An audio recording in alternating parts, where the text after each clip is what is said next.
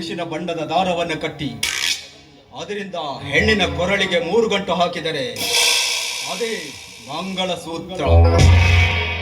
ಅದನ್ನೇ ಮದುವೆ ಎಂಬ ನಿಯಮ ಮಾಡಿದೆ. ಅದನ್ನ ಪ್ರತಿಯೊಬ್ಬರು ಒಪ್ಪಿದ್ದಾರೆ ಕೂಡ.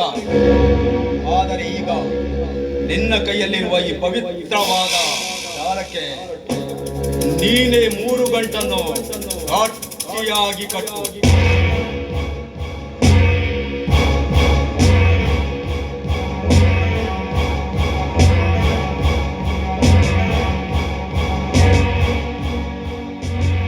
ಹೋಗು, ಅದನ್ನ ಅವಳ ಕೊರಳಿಗೆ ಹಾಕು.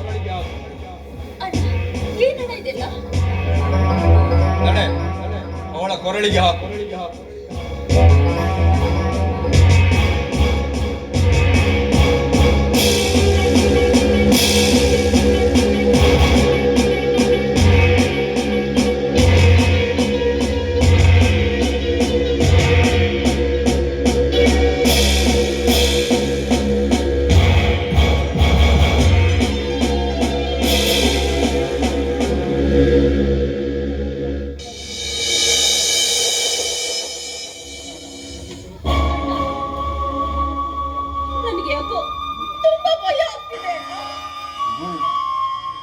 ನೀನೇನು ಭಯಪಡಬೇಡ.